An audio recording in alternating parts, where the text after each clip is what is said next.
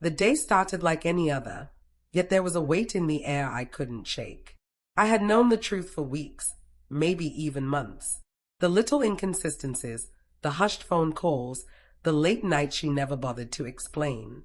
Caroline thought she could conceal her affair, imagining herself clever and untouchable.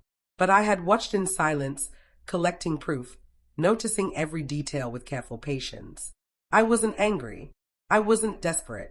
I was deliberate, letting the tension build until the timing was perfect. And now, as she walked into the room, confident and unsuspecting, I knew the moment had arrived. Her question came softly, almost uncertainly, her voice trembling with a mix of fear, confusion, and a faint hope. "Why don't you want me anymore?" Her eyes searched mine, seeking warmth, forgiveness, reassurance. But I wasn't that man anymore.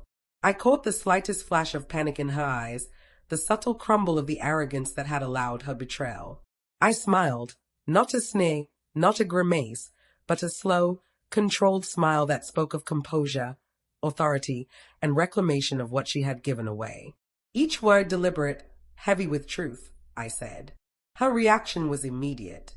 Her expression froze, confusion first, then disbelief, followed by creeping panic. She realized in an instant that my calm was not ignorance. My patience was not weakness. It was quiet power. For a moment, she could not breathe, could not speak, could not blink fast enough to process that she had miscalculated completely. "I didn't mean for it to happen," she whispered, her voice fragile, as if words could erase the damage she had done. But my silence spoke louder than any argument. There was no defense needed. The truth was in my posture, my steady gaze, my unwavering stillness. Every excuse, every plea, fell flat, bouncing harmlessly off the walls of my resolve. She searched my eyes, desperately hoping for a crack, a hint of vulnerability that might let her charm undo what was broken. There was none. My eyes reflected the clarity of a man wronged but unshaken. The room seemed to close in around her as her bravado dissolved. The woman who once wielded manipulation like a weapon now quivered under the quiet weight of truth. Every assumption, every imagined reconciliation crumbled instantly. Minutes stretched. She shook, drained by the realization that patient observation and calm authority could devastate far more than anger ever could.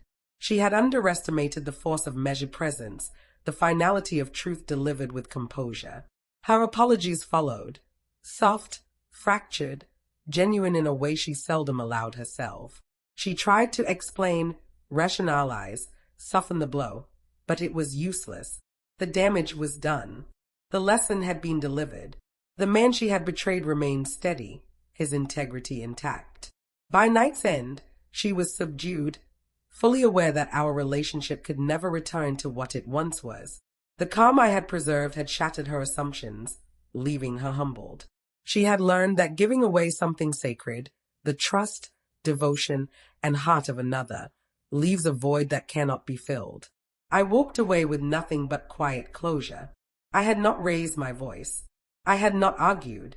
I had not chased.